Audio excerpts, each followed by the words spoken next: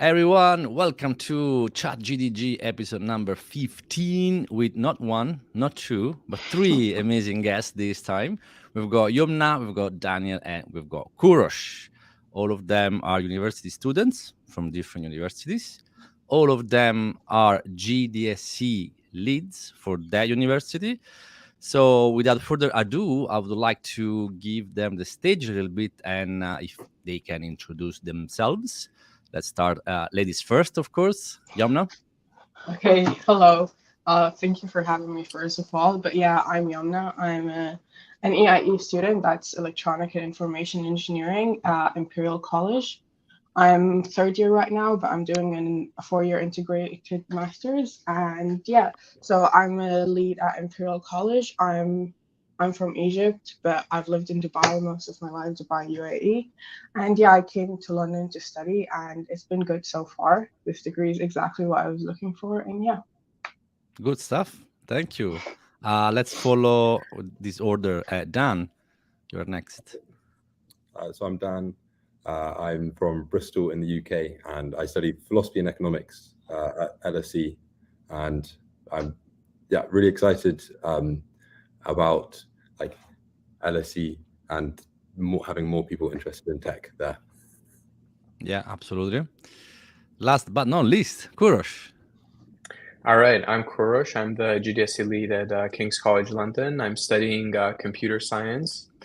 It's been amazing. It's my second year now, and before I came here, I actually studied in Dubai, just like Yomna. So, Interesting. I didn't know that. Yeah. But did you know each other before or no? No. no. Okay, no. Just asking. Okay. So, first question for all of you: how do you find the GDSC program?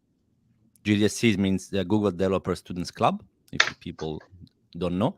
So it's a program backed up by Google. I think they started 4 years ago or something, 3 years ago. I don't really remember. So it's still quite fresh. So what are your thoughts about the program? I think it's a really nice blank page with added support. So one thing I've really liked is having a mentor who's a Google developer expert. I think so. Mine goes to King's and is interested in like biological computation, and it's really fascinating to talk to her. And I'm finding out more and more about like little niches within the program where you can find good support. So I'm really liking it so far. Nice one. Anyone else? Yeah, I think for me, the GDSC at Imperial started officially kind of like last year, and I think the previous leads put a great foundation last year. So it's been great building upon that this year. And yeah, like Dan said, it's a blank slate where we could do pretty much anything we want, and it's really nice to not have like anything binding us in, I guess. And yeah, my team is amazing, so we have great stuff coming this year. And the first event was the GDG Academy, and that was honestly great. And yeah, our mentor actually is one of the previous leads from last year, and she's one of the mentors at GDG Academy, Mai. And yeah, she's amazing too. It's been great. Nice one. Kourosh? At King's, the GDSC also just started last year.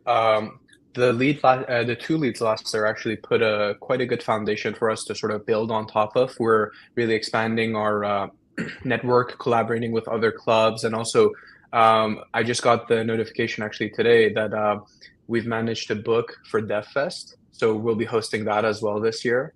It's really awesome. It's the perfect opportunity to get to build your own team and just help students propel their own careers in tech. Nice one. So we've got confirmation that DevFest London will be hosted there. Yeah. That's fantastic. On the 18th, right? Of 18th November. of November, yeah. It's a Saturday, I think.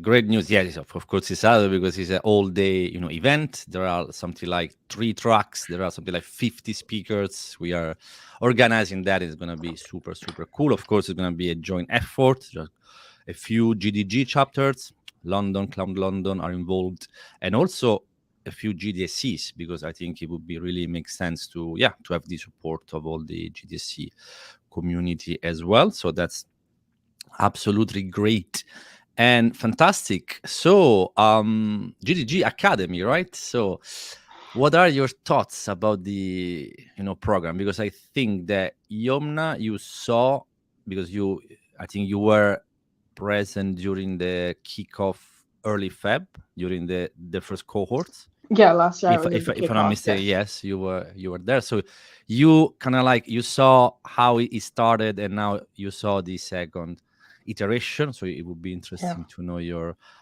thoughts about that. And instead, Dan and Kourosh for you is a new thing, right? I mean, I think we've been in touch since I don't remember June or maybe I don't remember when, but yeah, in order to to make this happen, also to scale this a little bit, not just for Imperial, but now it's Kings and LSE. So, Yomna, what are your thoughts Yeah. about the program? Yeah, last year when it was announced, I thought it was super interesting to get these mentors because I'd already heard of GDG, and getting involved with these mentors would have been really cool. And I think last year was about 30 students, which for a kickoff is a great number, but the increase from last year to this year is just amazing to see because that lecture hall was filled.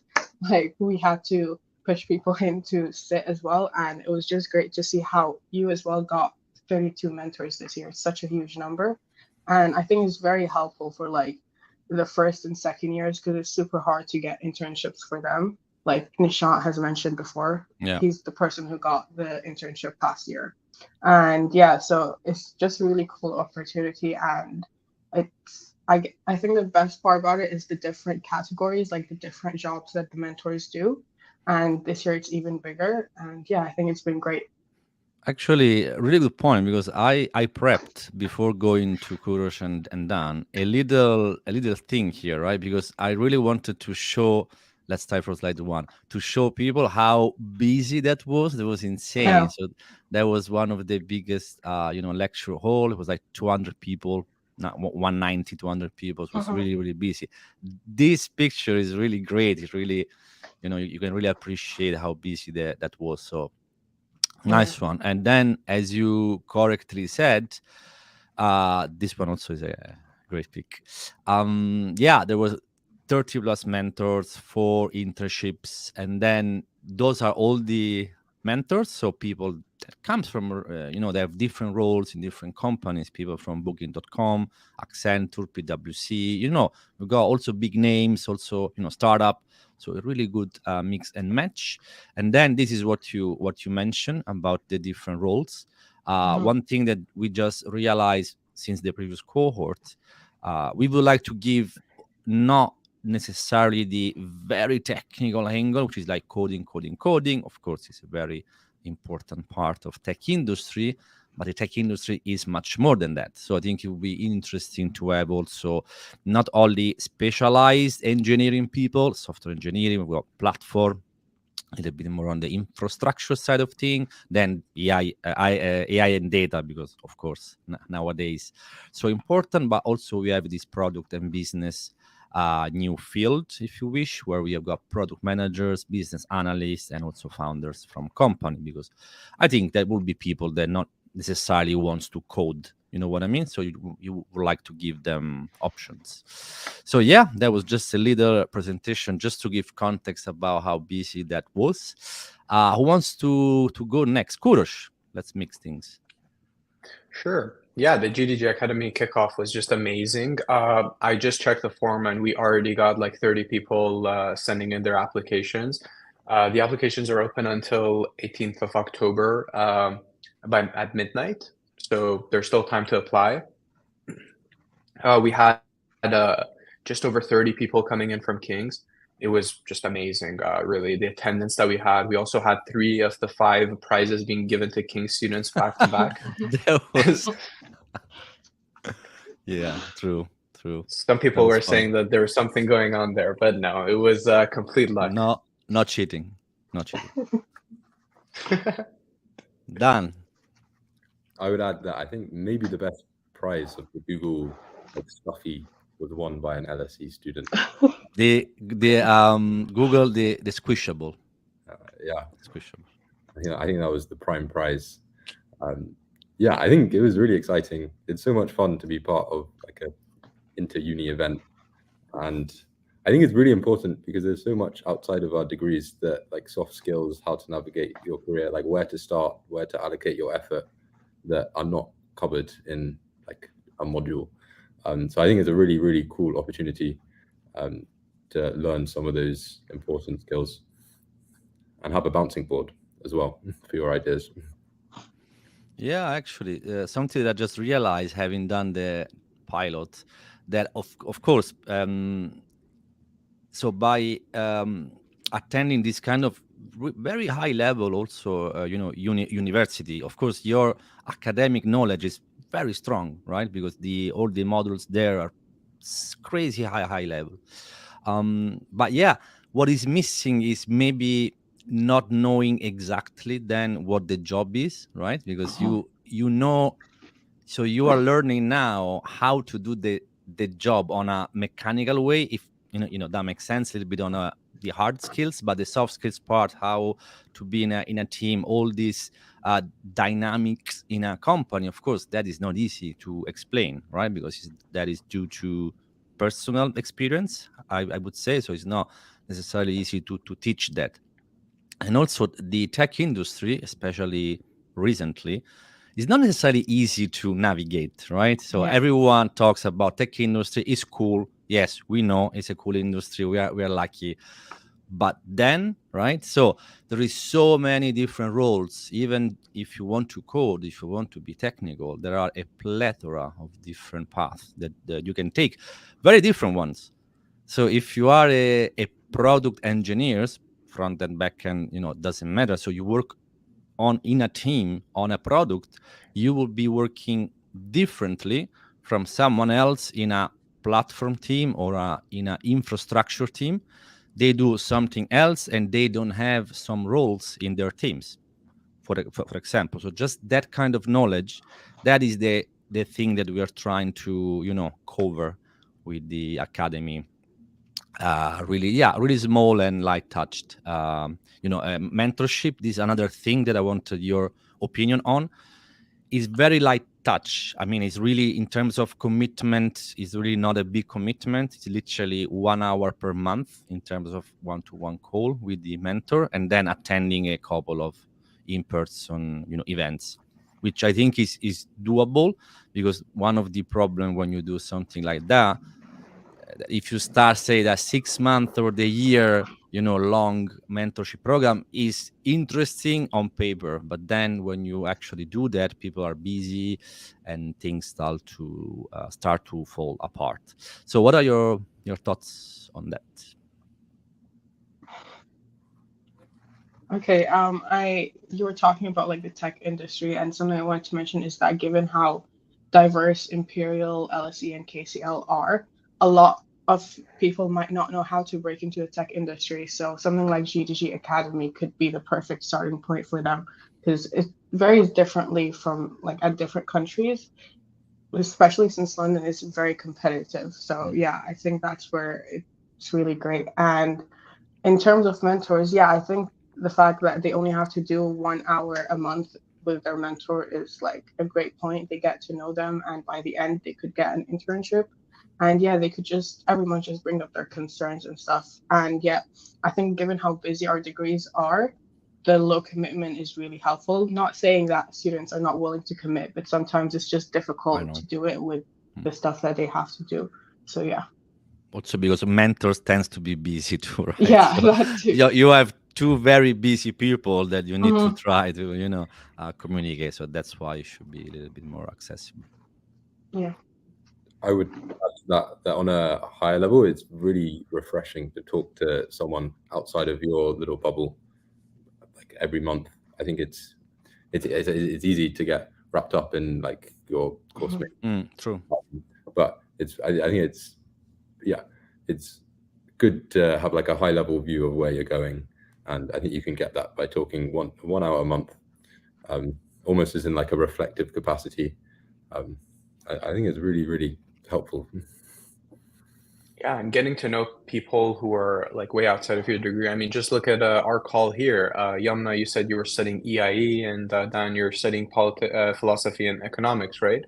And I'm doing computer science. And all of us are in one way or another interested in the tech industry. So how do we take all those skills that we're learning in our courses and personal projects that we're doing, things that we're doing by ourselves, and try and use those in order to break into the tech industry? And really having that guiding hand of someone who's done it would help so much more than just having to go at it by yourself. And I think Stefano, you said during the kickoff that the first job that you have to land is like going to be the hardest, and then things start happening by themselves. And I really feel like that resonates with me, and that's sort of what I think about when I think of GDG Academy. It's throwing students into the ring and trying to get them to really get the hang of that practical experience that comes along with the job.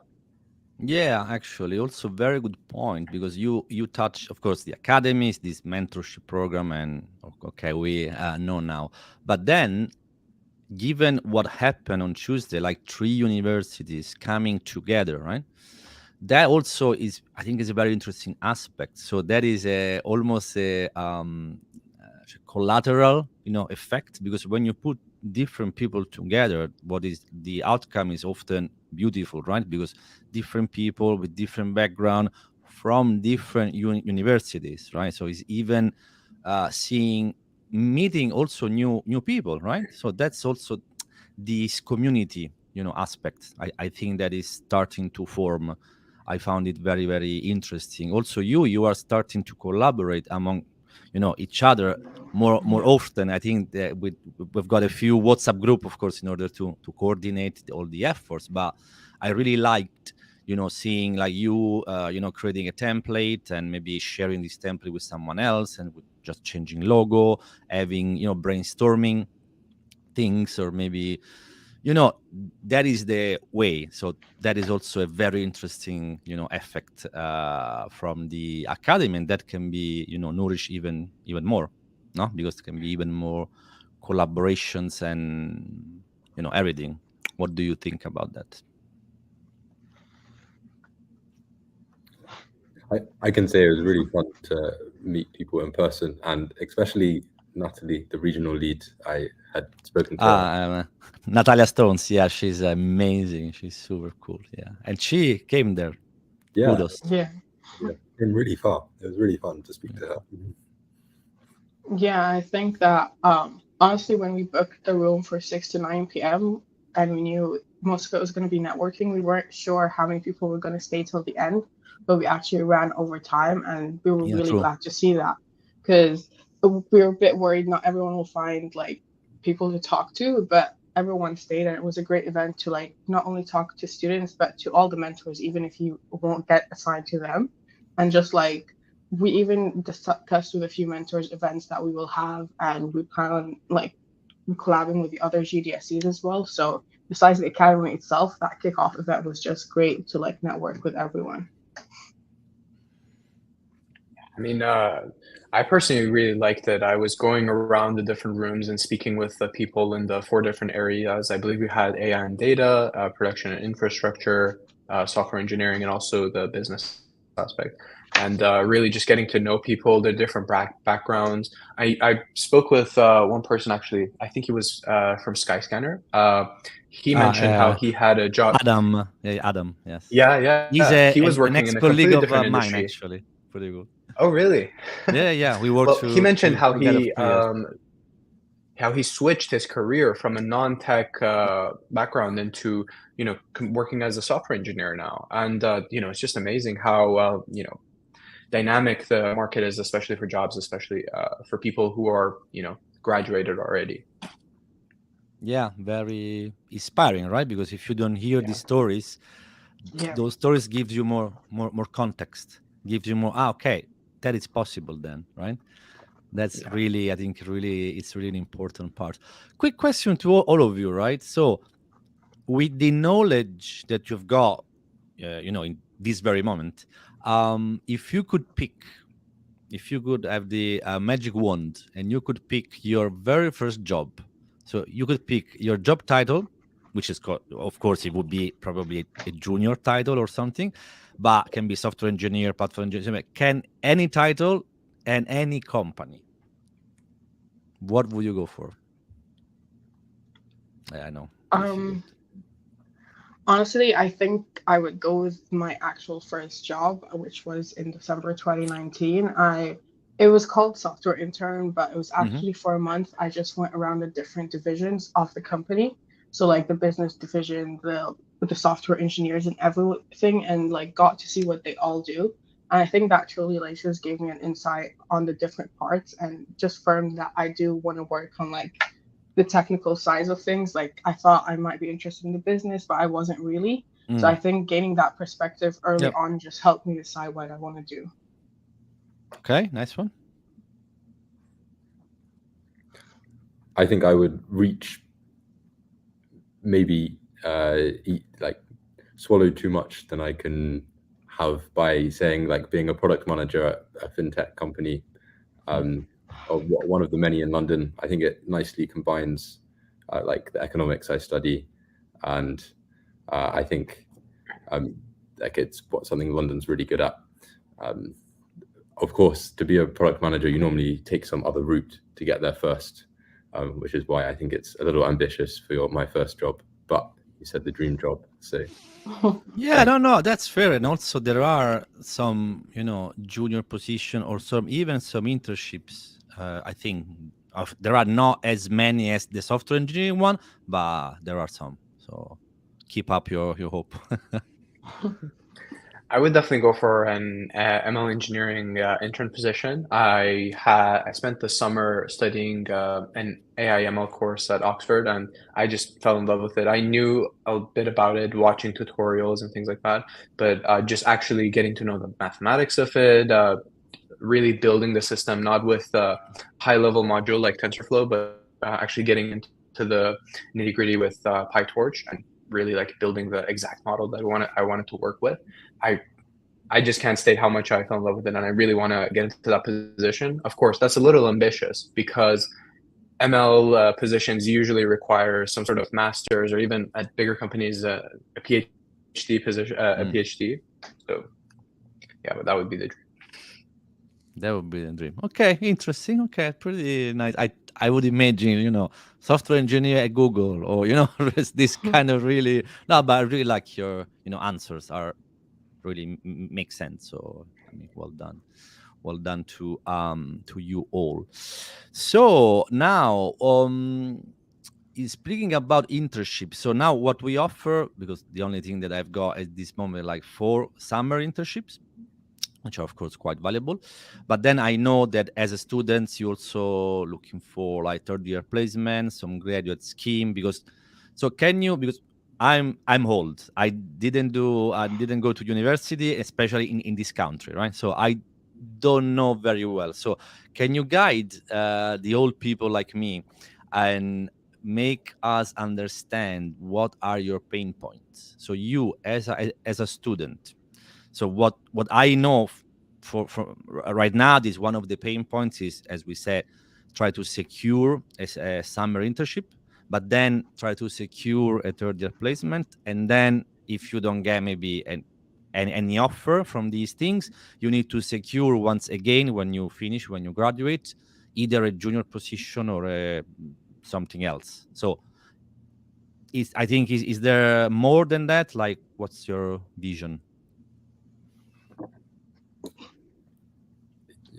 I think I can split up the pain point into 2 parts. The first part is that a lot of internships have rolling applications, which means that the earlier you apply, the more likely you are to get seen and for their capacity to not get filled up. Okay. And then that leads to the pain point of having a trade-off between like quality of applications versus quantity, and just getting like as many applications in as possible. So that's where I'd identify the main pain point. Yeah, interested to see what you guys think. Yeah, I would say that depending on what you're studying, the specific course, I would say there are a few pain points.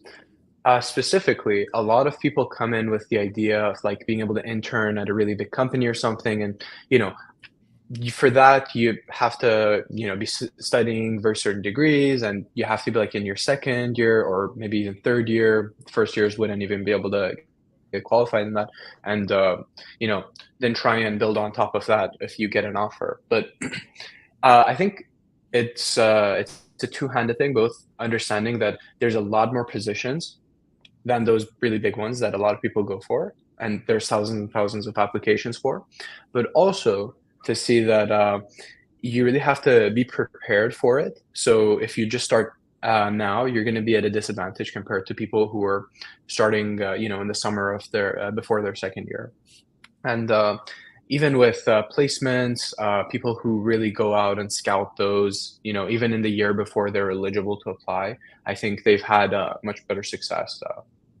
So I would definitely recommend that anyone who's applying to those, they should really go and find resources for that. And really, the biggest pain point that I would say for anyone is finding those placements in a singular place and Right. So being able to even apply. exactly. There is no an aggregator for this. There might be spread across everywhere. There is not a website or a source where you can find like a bunch of this. Yeah, I know that. Well, what do you say, Yomna? Yeah, no, I agree. I think people tend to, like Kourosh said, go for the big companies, and that's great. You should definitely go for them.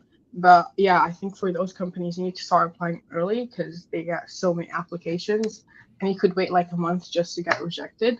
But for me, for example, right now I'm looking for a placement because it's part of my degree, like a 6 months placement. And yeah, I started, I guess, looking for companies like last year because I knew this was coming up. So yeah, I'm trying to apply for a wide range of companies, and I guess I'm a bit lucky because with my degree I can go for both software and hardware positions.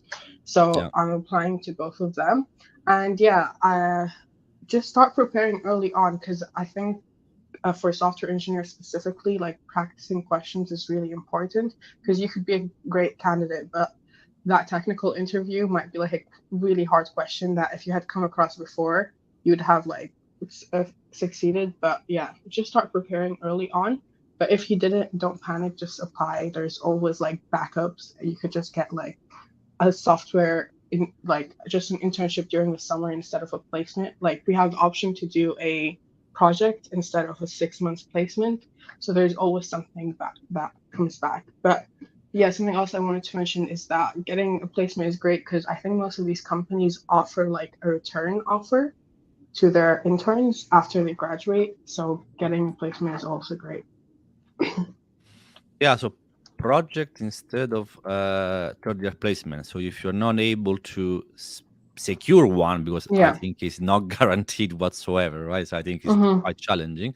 You can, as a plan B, Yeah. spin up a project. You mentioned also interviews. Interviews is a very interesting aspect because I think all of you've done, I think, one or more than one interview in order to get either a job or an internship or something. So what was your experience in those kind of interviews? So we are talking about specifically interviews for those kind of roles. We're not talking about interviews for a full-time job, right? Because worst case, I mean, scenario is quote unquote 8 weeks or 10 weeks. I not say wasted because nothing is wasted, but from a company point of view, let's imagine that company gets the wrong intern, with quote unquote, so maybe not a good person. So what is your experience that you've got with those kind of interviews? I'm curious. I think that the interview process can just be very long, and more often than not, you could get disappointed. But yeah, I think it's super long. Like I know some companies could go up to like 6 rounds of interviews, but those are like the more extreme sides. It's usually like 3 to 4 interviews, and some of them are technical, some of them are HR. But I know that like for Google's internships, their behavioral interviews specifically are like very challenging as well.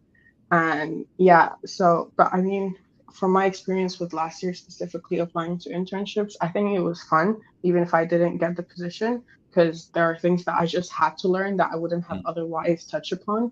And I found it interesting at the end. So yeah. Yeah, I would add to that in general, you learn a lot by applying. I think like especially at the interview stage, you learn a lot from like doing interviews, and I think like keeping in mind that you want to present yourselves as someone who like you want to work with, and try and be engaging. Yeah, so I think everything pre-interview can be a little bit tedious at times, but the interview itself can be like fun and exciting if you're like talking with someone who's really knowledgeable about something, and you're like imagining a scenario where you could be working with this person. I think that's engaging, and you learn a lot just from doing those. Yeah, I would say I have a very varied experience with interviews. I did this program that we have at King's that's called KURF, King's Undergraduate Research Fellowship. So I've interviewed for research. I did actually part-time work at a startup, and also I just finished a round of interviews for a big company just 2 days ago. So I've just been all over the place, and I've had a varied experience in that regard. Also, while I was working part-time, I was speaking with the people who were doing the interviewing. So I would say the thing that I've learned the most is, and maybe this is specific to the places where I was working, or where I was successful and where I saw other people being successful, people who are very passionate and open about the projects that they're doing themselves usually have super good chances. So when I was interviewing for my research position, I actually, a few days before, I was just sort of thinking about the project and how I would approach it. And I actually coded up a variational autoencoder that would essentially take in molecular strings. So essentially a sort of language that defines molecules and gives you certain outputs. And it didn't work at all. I mean, it worked a little bit, but just going into the interview and saying, hey, actually, I'm interested in this. This is what I worked on, and this is what I built. That really, I think, what was helping me get that, because I was competing with other, third year, fourth year students, they were just sitting outside the room and to get that. So I would say definitely work on projects and really do things that you're really passionate about, and not just what you think the people would like. Why do you think? That's what I'm curious. Why do you think that this passion maybe gave you the edge? I think the people who you're going to be working with, they really want to work with you. And, of course, it's going to be challenging, especially during the internship. I really struggled when I started my part-time job. And that was because I sort of wasn't exactly like the perfect fit. But when I was talking about the projects that I was doing, maybe what they understood is that because they detected that I was passionate about the company that I wanted to work at, they realized, hey, this person has struggled with the projects that they've had. Of course, we all do. We're just students, but I've seen that they've actually built it up, and it might have taken them longer than I expected, but they actually got to the output, and you just see that drive that they have to solve that problem, and not to just like say, hey, oh, this is the first problem. I'm gonna give up, and someone has to come and help me. And the personal projects really show that you have that perseverance to go from 0% to 100% and deliver something. Yeah, absolutely. That's exactly the reason why soft skills are very important, because it's much more difficult to change someone's soft skills rather than teach that person some hard skills. And that's why let's say usually, depends on the company. Some companies are, of course, very, very competitive, but when you hit the bar, whatever that bar is, because for different companies, I can guarantee you that the bar is very different. But as soon as you hit the bar, so as soon okay, we understand that you can do the job. Maybe you are not the best on this planet, but you can do the job.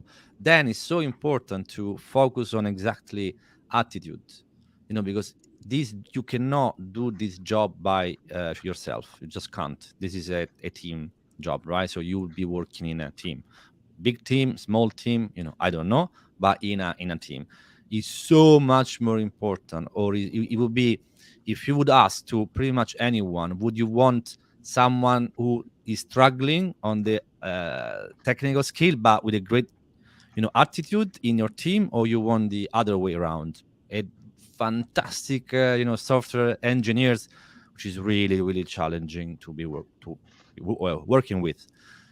99.9% would say that they would like to have the people who struggle on the technical side, because the technical side can be taught. So you can put that person in training, you can have assigned to this person a mentor. So there are ways. On the other end, if you hire the bad apple, that apple can really spoil the whole barrel. So the bad person, the bad attitude person in the team can absolutely destroy a team. That's why it's very, very important, and you will and is attitude that it will make you stand out. Yeah, and I imagine for like the interviewers and hiring managers who have to do like take a lot of applications, they're probably coming across like very technically able people, and they're just good at what they do. But when they find someone who's just passionate about what they do and willing to learn and make mistakes, they're just really eager to talk to them and even have them on their team. Yeah, absolutely. And also, this is a very interesting point, because there is the very first phase, which is the CV screening. So, of course, CV screening, there is no way of knowing the attitude of the person. There is no. So CV screening is really hard. And that's why on that kind of side of things, like have worked for big companies usually helps. But it helps only because if, as a hiring manager, you see a piece of paper with names that they don't mean anything to you, right? Can be absolutely great companies, but given that the person does not know that company, it's just, okay, this is a company. If you work for a global companies, which not necessarily means Google or AWS, that is great, but there are so many other big companies. Can be, I don't know, Vodafone, can be BP, can be Virgin. So a well-known company, that definitely helps, because there is an immediate link, right? Okay, I know this company. So chances are that you are more incentivized to get to a little bit more about that person. But then when that phase ends, so when the CV screening ends and the people start, either coming in for an in-person or a phone screen or whatever, then you would need to play your cards. So then your attitude should shine and all of that. But sometimes, unfortunately, the problem is in the very screening phase, right? Because in theory, you should listen to everyone, you should interview everyone. Unfortunately, that is not doable. You cannot interview 300 people. That is not going to happen. So that is also a very fine line. So it's important to have something to showcase in the CV, because the CV is the only the only purpose of the piece of paper is to get you to the interview. Because once you get to the interview, that is up to you, to your technical skill, to your attitude, to your soft skills. Sometimes it's difficult to get to that point, right? So it's difficult to get screened, and that's why you need to probably double down with personal projects. You need to think, what is making me stand out? It's like you and 300 people. Why someone should pick you? This is the question that you need to ask yourself. Any thoughts about that? I mean, I would say that the CV is definitely like your ticket into the door. It's all about getting your foot in the door at the end of the day with a lot of the interviews. If you're a really good candidate and you think you have a good attitude towards working, and you've had good achievements in the past, then definitely you really want to make sure that you're working on your CV. Whereas, if you feel like your CV isn't strong enough, I would say that you would definitely work on those personal projects. Yeah. Yeah, I think it's an important perspective to think about from the company's perspective, not just the applicant's viewpoint. So I think everything you said is really helpful. And I think you can take that further and think of like the company perspective as having like a pipeline where they're like a conveyor belt of like moving into the internship scheme, and like at each stage it increases their cost to like look at you and examine your skills further. And I think one of the really interesting thing I've heard is that that like false positives for companies are way worse than false negatives. Yes. And that big times. It's not even close.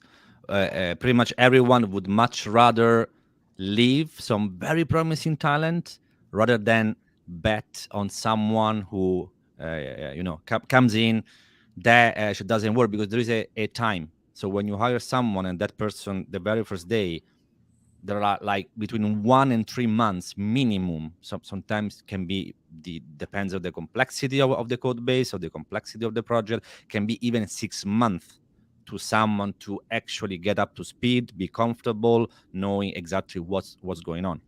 So, and if that person at that moment in time is not the right person for the job, that's complicated, because you need to spin up another hire process, which it is lengthy, it costs money, right? And also you need to hire someone else that needs to spend further 6 months. So the long story short, you are not wasted 1 month, you're wasted almost 1 year. That is the mindset. That's why, especially for big company, false positives, can be a little bit challenging. So chances are you might even be left out, even if it's not fair, right? Because I've done everything right, but maybe there was not maybe you were not able to convince 100% the hiring manager, because there is always a level of risk when you hire someone, right? Because there is really, the time is a factor. It's not money, it's time. Because if you hire the wrong person, then you need to think about the cascade effect, because there was maybe not the right person, so that project has been not going well for 6 months, and now you need to find someone else, and the team maybe is demotivated, because maybe that person was supposed to be a senior person, and it is not. It's complicated. So there are really many things to keep in mind. So what you said is absolutely correct. Yeah, I was with Kourosh talking about the CV. I think there's just comes that point where you would be passing most of your CV screenings. It might take time. Personally, for me, I had to refine my CV a lot, because in year one, it was like 3 pages. I had no idea that was like a horrible CV for someone in university. So I had to refine that quite a lot. But after that, I think once you pass that stage, it's just, even if you're applying to a lot of companies, it's worth looking into the company itself and like bringing up things you've learned about the company to your recruiter or like interviewer. Because again, with bigger companies, they have a lot of applicants. So like you said, it's really hard for them to choose.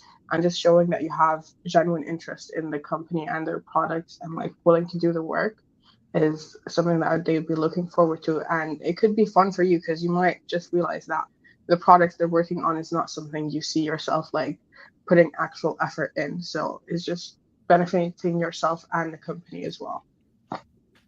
Yeah, absolutely. Yeah, that makes sense. Totally. What is something that you are studying right now that is a little bit of a challenge? Is there a specific module, a specific class that you find it challenging? Not bad, like challenging in a good way. Yeah, I can totally relate to that question, actually. I had the choice between speaking. This is sort of like one of those myths that you have going in different universities. Each one has their own sort of stories. In second year at King's, you get to pick your first module that's optional. So there's 2 ones that you can pick. There's internet systems, which really goes over the infrastructure of how anyone can connect and get data from somewhere else. And there's ITR. Everyone says don't take ITR. Sorry, ITR is Intro to Robotics. Everyone says don't take this. It's not good.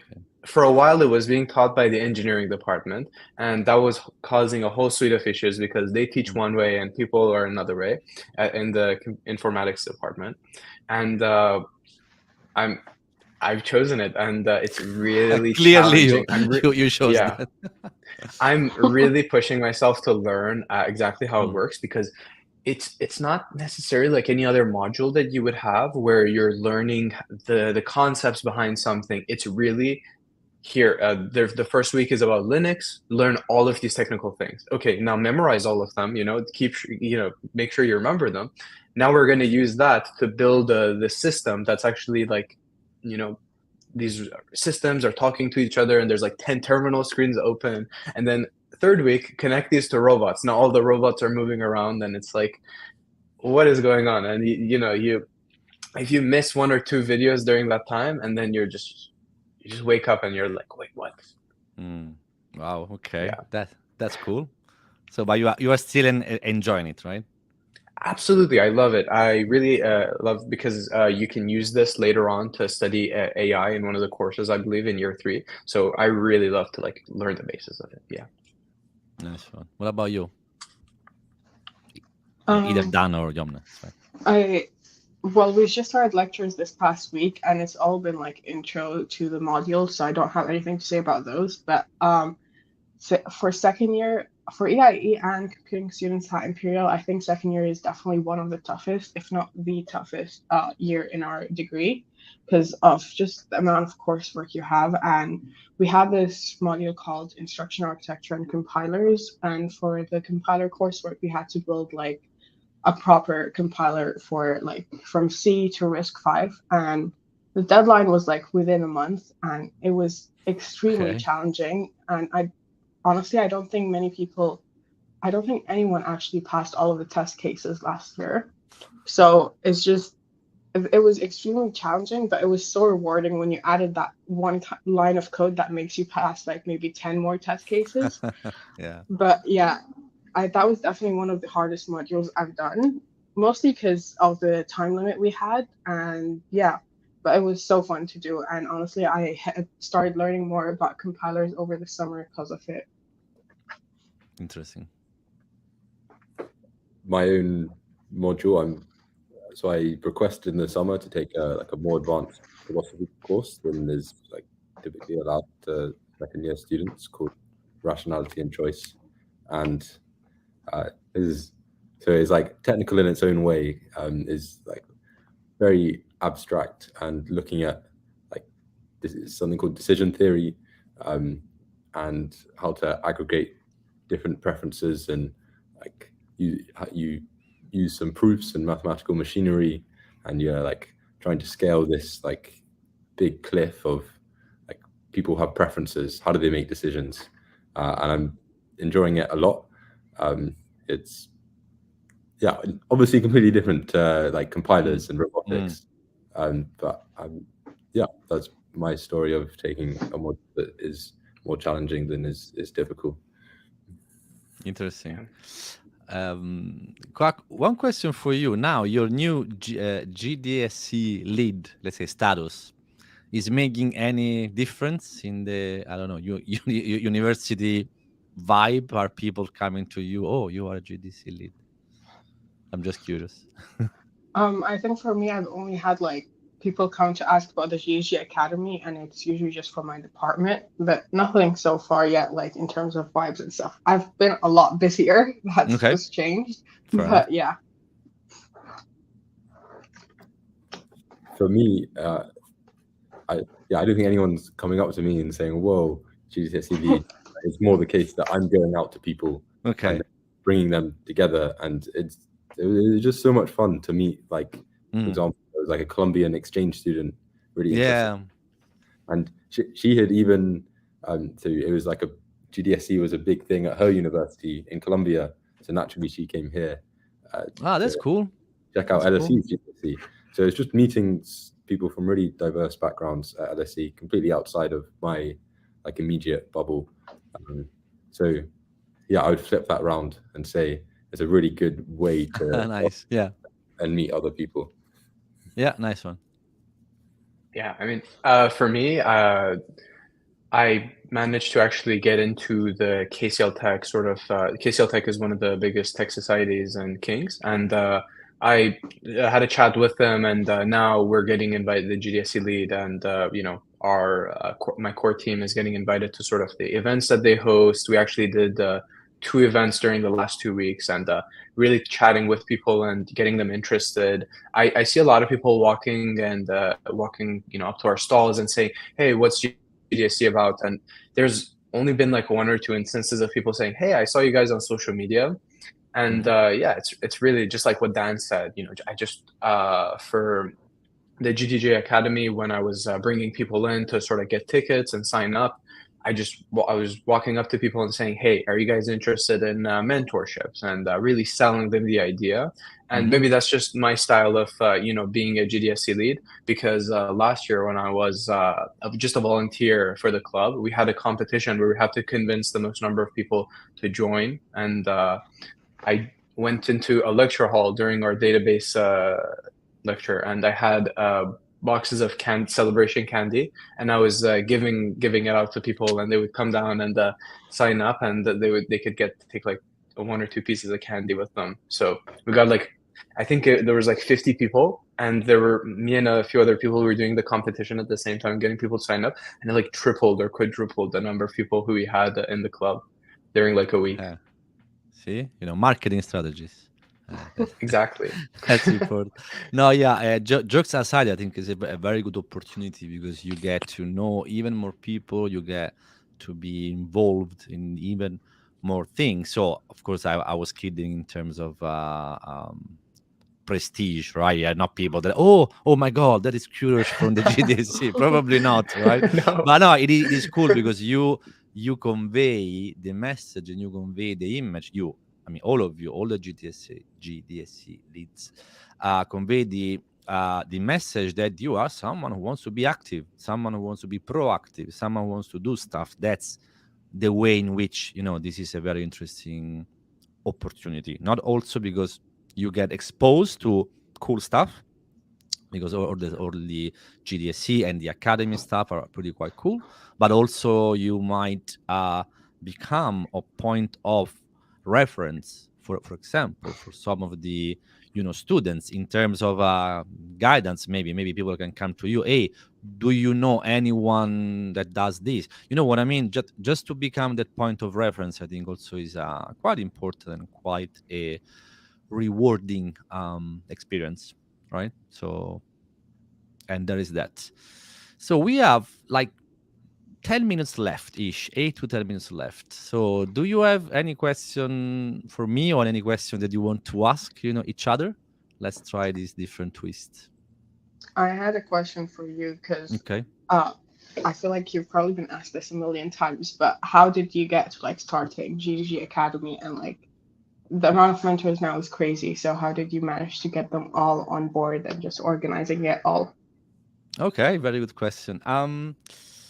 So like many things in life, Academy started by mistake almost, or by chance, right? So the main inspiration came from a Google summit that happened December last year. So like a week before the DevFest, if you remember, DevFest was like the second week of December at King's. The week prior, there was a Google summit for the GDG, the GDSC leads. So, for example, that's why you were not there. The Clement was there from Imperial, Jen was there from King's, and I think Jack Lee maybe was there from LSC. I don't remember. So the previous leads were there. Women Tech Makers, GDE, one of these summits that they do for the people that keep doing this job. It was pretty cool summit. It was the first time that I saw all these 4 entities: the Women Tech Maker, the GDE, the GDG, and the GDSC. Together, country-wise, because they split that by country. So there was like UK and in Ireland. That was all the people. The previous year, pre-COVID, we had a big one for the all, let's say, Europe. So this was the first time that we had just a country-wise, but all the 4 entities. And that was quite cool. And so what I really realized is like, oh, it is cool to have these different people. So the GDE in theory are the experts, right? The GDG in theory are the people who organize meetups and events. Then we've got Women Tech Makers and the GDSC. So to see these 4 different words, clashing together, but clashing in a nice way, not clashing, like merging together, and that was a pretty cool stuff. So I started thinking, and when the King's death has come, like a week after, for some reason, I think the Clement if I'm not posted something in the WhatsApp group of that big summit, because they wanted to ask some question to some of the GDG people. So they wanted to do a really small, quick mentoring. Maybe they wanted to showcase a couple of CVs. They wanted some advice on that or something like that. And I read the message and I told them, yeah, sure. Why don't we meet up next week? Because it was the Dev Fest, and that was it. And there was a spontaneous mentoring session. So the very first session of the academy happened at King's College, actually, in a very small room. There were, I think, like myself, Bruno, and Rossano, if I'm not mistaken, and there were probably 7-8 people from Imperial. I mean, Clement was there, Nishan was there, and a few other people. And that was really the sparkle, if that makes sense. Okay, this is interesting. And then I went home and I thought about how can, we make this as a program and not just as a one-off, completely random session. And then there was the pitch to again, I think it was Clement, Nishant, a bunch of people from Imperial, because we started collaborating with Imperial on this. And and then things after things, then we've done the kickoff from early Feb. Early Feb was the kickoff of the first cohort. About like 25, 27 people just came in terms of students. We had 8 mentors. And it was cool. It was a really cool experience. A little bit more on the intimate side of things, because it was not a big number, right? And then that one pretty well. And then the internships. So this project is a project that is really, almost every day is slightly changing, right? Because it's very difficult to have an idea, and that is the idea with all the details. Often the idea stays there, but the details can change, right? Yeah. So that is it. And then of course, pretty good feedback from everyone, from mentors, because you would be surprised, like how much people wants to give back. So no one, we are not doing this for money, clearly, right? Yeah. So it's like, because it's cool. It's cool for you to have a mentor. I can guarantee you it's also cool for a mentor to have a mentee, because it's always both ways, which we are not, is not a transactional thing. We're not entering into a shop, get something and get out of the shop without paying, right? Because this is a conversation, a mentorship. It should be a mentor. As a mentor, I gain so much knowledge mentoring the people that I've mentored so far, that is almost a no-brainer. So what is missing quite often is maybe that person who puts everything together, because people already would like to do this. So I didn't do anything in terms of, I did not invent anything. I just put what already exists in a way that makes sense. I don't know if that answered your question. No, yeah, I answered it. It's pretty cool to hear. And on your point about giving back, my supervisor for my research at Imperial, he always tells me, like, sometimes I just ask him, because he puts in so much effort about why he's like helping all of us so much, like outside even of his job. And he always talks about how much help he got during his university time and like his PhD, and then when he started his first job, and he just wants to give it back as well. And I think that's a really interesting point, and just makes the mentors seem even better to talk to, because they're just willing to do it for you. Absolutely. Yeah, absolutely. I guess the natural question to ask is, like that was the founding of GDG Academy, and I know in the near future it's going to scale around the country and bring in other universities. And then you have a vision of like 3 years time. 3 years? No, I had a vision until one and a half. I didn't go that far of 3. No, the vision is clearly, we need to, in order to scale this properly, clearly the current structure, I'm not sure how does it work, right? Because we cannot have like one mentor with 2 or 3 mentees. It's not, scalable. So I think the future of the academy will be perhaps slightly different. So we will keep, for sure, I want to keep this in-person aspect, because that's absolutely incredibly valuable. But this in-person aspect can be done in London for sure, and maybe perhaps in a few cities. I think it would be very difficult to do this format in Manchester, in Leeds, in Bristol, in Brighton, in 75 cities. I think it would be very, very challenging. So probably going forward, there will be a virtual academy, right? If that makes sense. So a format that can be consumed virtually. So by doing that, doesn't matter where do you live. So you can have access to some of the content. Probably it's going to be difficult to have this one-to-one with the mentor. It will be probably more one-to-many.